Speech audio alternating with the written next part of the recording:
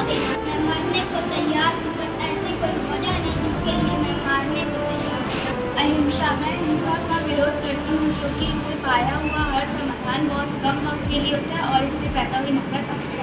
दुर्बल लोग कभी क्षमा नहीं कर सकते, क्षमा करना तो बलवानों का अपने उद्देश्य में दृढ़ विश्वास रखने वाला एक पुष्पशाली इतिहास के रूप में बदल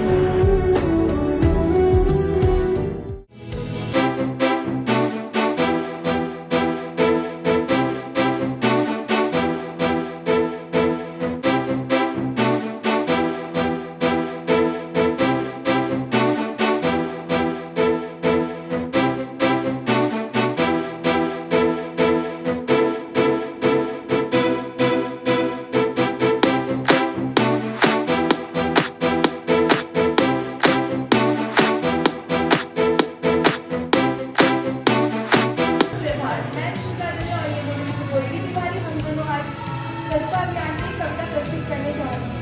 आओ मिलकर एक कदम बढ़ाएं, स्वच्छता की ओर ध्यान लगाएं, साफ सफाई का रखोगे ध्यान, तब बनेगा भारत महान। आओ मिलकर एक कदम बढ़ाएं, स्वच्छता की ओर ध्यान लगाएं, आप चलो करें एक वादा, स्वच्छता से ही है फायदा। आओ मिलकर एक कदम बढ़ाएं, स्वच्छता की ओर ध्यान लगाएं, कूड़ा फेंको कूड़ेदान में, स्वच्छता को रखो ध्यान में। आओ मिलकर एक कदम बढ़ाएं, स्वच्छता की ओर ध्यान लगाएं। आज 2 अक्टूबर एक ऐसा भारत के इतिहास के पन्नों में एक ऐसा इंसान जो जन्म लिया है 2 अक्टूबर 1869, जो पूरे भारत के इतिहास को बदल कर जरा सोचिए, एक इंसान निस्वार्थ भाव से देश की सेवा की और हम लोग क्या करते हैं? आपने कभी सोचा है हम लोग का भी कुछ धर्म है? जो लड़का 2 अक्टूबर 1869 को जन्म लेता है वो बंदर गुजरात में और सारी पढ़ाई लिखाई उसकी गुजरात में, ग्रेजुएशन करने के बाद इंग्लैंड में लॉ की पढ़ाई करने के लिए जाते, वहां से आने के बाद वकालत के लिए ढूंढ रहे थे कहीं उन्हें काम मिले, लेकिन उसी समय साउथ जिला में बिजनेसमैन हुआ करते थे गुजरात के अब्दुल नाम के, उनको एक वकील चाहिए और एक ऐसा वकील चाहिए उनको जो 3 लैंग्वेज को उसका कमांड, उसको हिंदी भी आता हो, उसको गुजराती भी आता हो और उसको इंग्लिश भी आता हो। वो वहां पर जाकर अपनी वकालत, अच्छा खासा उनका वकालत चलता है। 1893 की बात है। जरा सोचो कि जो इंसान निस्वार्थ भाव से वकालत करता है साउथ अफ्रीका में जाकर, अपने देश को छोड़ के वो चाहती तो अच्छा खासा वहां पर पैसा कमा सकते हैं। 1893 से लेके 1915 तक वहां पर साउथ अफ्रीका में उन्होंने क्या किया? वकालत किया और निस्वार्थ भाव से साउथ अफ्रीका की सेवा की। उन्होंने अपार्टमेंट के खिलाफ, हम लोग ने क्लास 9 में पढ़ा हुआ है, नेल्सन मंडेला विरोध का अपार्टमेंट के खिलाफ उन्होंने लड़ाई लड़ी। उससे पहले महात्मा गांधी ने वहां पर लड़ी। 9 जनवरी 1915 को भारत में आगमन होता है। विदेशों की धरती से जब हिंदुस्तान की धरती पे जब महात्मा गांधी जब आते हैं तो कहते हैं कि हम साउथ अफ्रीका में तो बहुत कुछ कर लिए, लेकिन हमारी जो जन्मभूमि है इसके लिए भी कुछ करना है। उन्होंने कहा कि जिंदगी की असली उड़ान बाकी है, जिंदगी के कई इम्तिहान बाकी है। अरे जिंदगी की असली उड़ान बाकी है, जिंदगी के कई इम्तिहान बाकी है। अभी तो नापी है मुट्ठी भर जमीन हमने, अभी तो नापी है मुट्ठी भर जमीन हमने, अभी तो सारा आसमान बाकी है।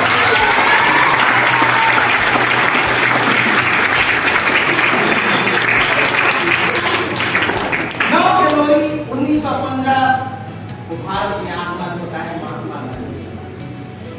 उन्होंने 1909 में एक हिंद स्वराज बुक लिखी जो क्लास 10 में आपको हिस्ट्री में पढ़ते। उन्होंने लिखा था कि कहीं न कहीं जब ब्रिटिश गवर्नमेंट हमारे देश पे अगर कब्जा करके बैठी है और गवर्नमेंट चला रही है तो कहीं न कहीं हिंदुस्तान के लोगों का हाथ है उसमें, कहीं न कहीं हिंदुस्तान के लोग उसको कॉपरेट कर रहे हैं।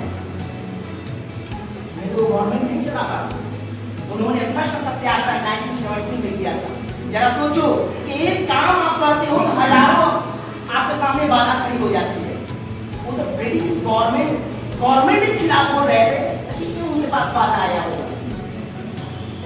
जब 1916 में जब कांग्रेस का अधिवेशन सेशन हो रहा था लखनऊ में, तो बिहार के राजकुमार शुक्ल जो थे वो जाकर वहां पर महात्मा गांधी से लखनऊ में उनसे मुलाकात मीटिंग और कहा कि आप महात्मा गांधी बापू आप हमारे बिहार में आइए और यहाँ के जितने भी पीड़ित हैं किसान उनके दो समस्याओं।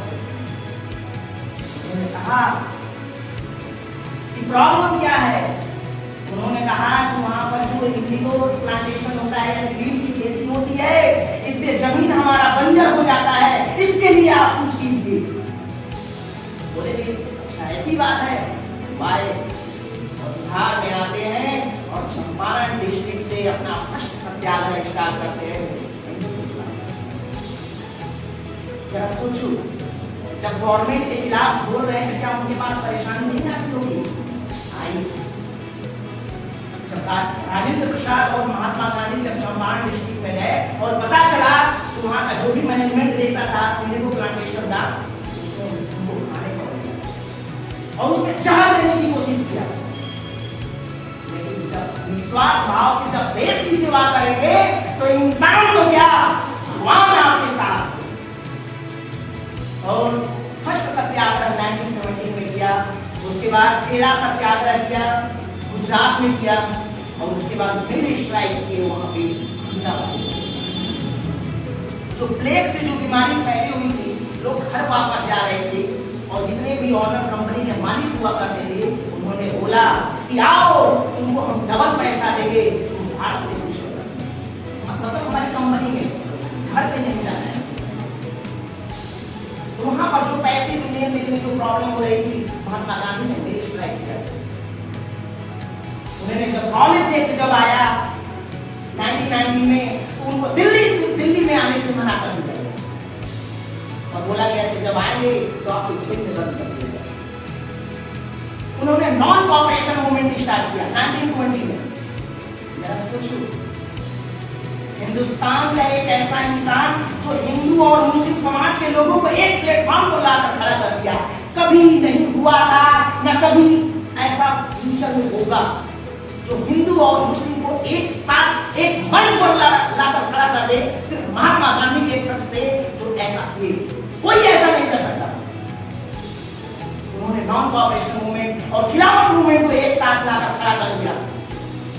तो टर्की में जो खिलाफत मूवमेंट को लेकर जो चल रहे उनके साथ जो उस समय था, उनके साथ प्रॉब्लम फेस हुआ था, तो खिलाफत मूवमेंट यहाँ पर लेकर चल रहे थे भारत में और दोनों को एक साथ लाकर खड़े कर दिया। 2 साल तक चला। 1922 की बात है, यही गोरखपुर में चौरी चौरा कांड हुआ। 22 पुलिस जवानों को जला दिया गया जिंदा। तब जाकर कहे महात्मा गांधी कि घर में आग लगी तो बचा ही क्या है। अरे घर में आग लगी तो बचा ही क्या है, अगर हम बच गए तो समझो जला ही क्या है।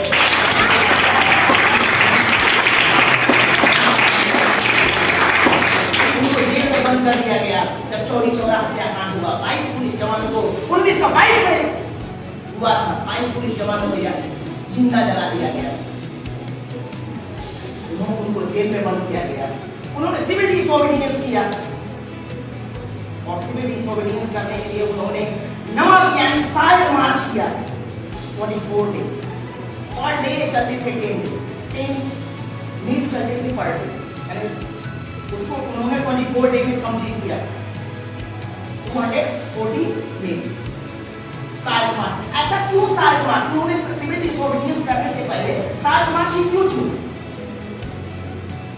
इसलिए कि उनको नॉन कॉपरेशन मूवमेंट और सिविल डिसोबीडियंस किए तो उनको एक फायदा हुआ कि नॉन कॉपरेशन मूवमेंट जो हुआ था सिर्फ मिडिल क्लास के लोग उसमें पार्टिसिपेट किए, गरीब लोग नहीं किए, जो पुअर लोग।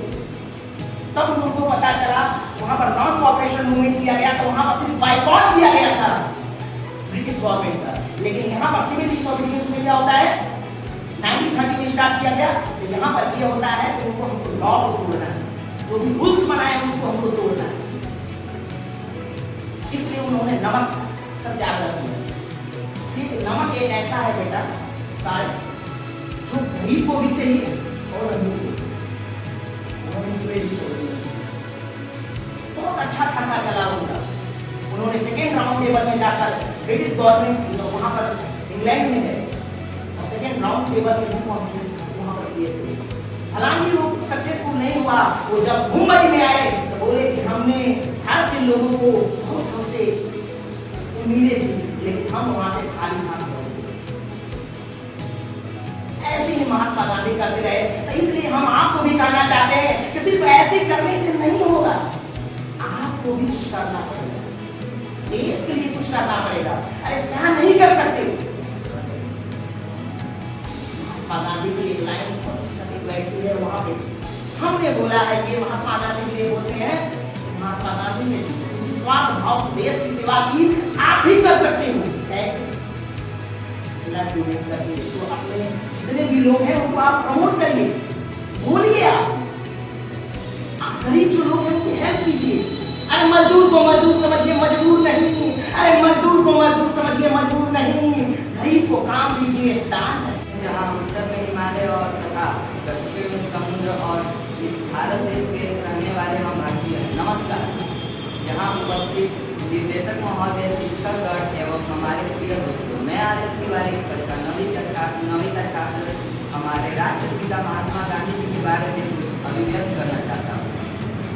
खाली मेरी शान है करनी मेरी पूजा, खाली मेरी शान है करनी मेरी पूजा, सच्चा मेरा धर्म है और हिंदुस्तान मेरी जान है। और कुछ अनमोल वचन जो आपको आकर्षित करेंगे। तकनीक जानने वाला युवा अब्दुल कलाम बने। IIT NIT से पढ़ने वाले छात्र नासा के लिए नहीं अपितु इसरो के लिए काम करें। क्रिकेट, कबड्डी, फुटबॉल खेलना तो हम अपने भारत देश के लिए खेलें। हमारे देश के युवा आगे आए और नीरज चोपड़ा की तरफ भाला फेंकें। रचनाएं ऐसी रची जाए कि साहित्य और नोबेल भारत पुरस्कार हो। पर्यावरण संचारण के साथ अतिथि देव भाव का जागरण की आवश्यकता है। जो युवा दौड़ सकता है वो दौड़े, जो चल सकता है वो चले, परंतु निर्वाहन की आवश्यकता करे, अपनी कर्तव्य निर्वाहन की आवश्यकता करे और सिंह की गर्जन की भांति नेतृत्व की क्षमता उभारे।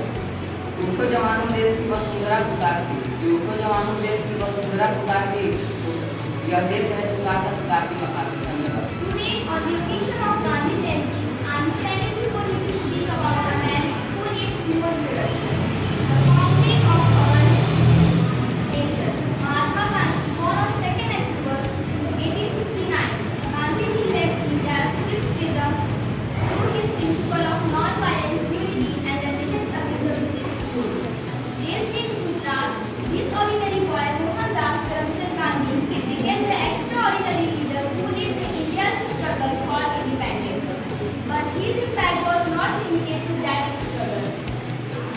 Gandhiji was a true proponent of the Satyagraha on truth force, defining as the pivotal ingredient to achieve his freedom and justice. He championed non-violence, peace and unity, and it is this principle that he is still in the heart of every Indian. His philosophy of simple living and thinking high resonates with millions around the globe. His unwavering commitment to living a modest and truthful life serves as a vital for many people living in India. Gandhiji's famous saying, "Be the change you wish to see in the world." This is a line that Gandhiji wants to motivate the Indians. Truly resonates. It's compelled us toward the self-improvement and social betterment. And be about him today.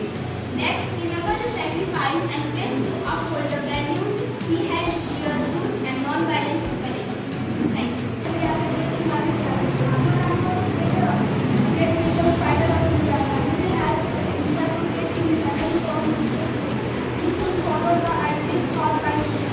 और चली आई थी। मन की ताकत से उसने रोक दिया ना तूफान को। हम सदा याद करके गांधी जी को गाएं। अरे आपको याद नहीं, जय जवान जय किसान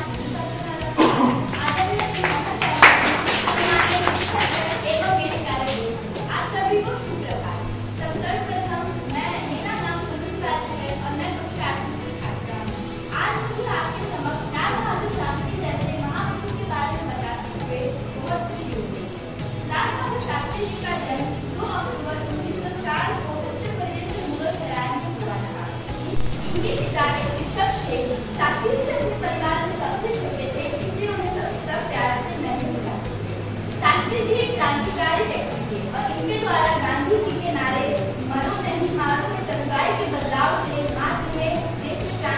भावना जागृत हुई और प्रचंड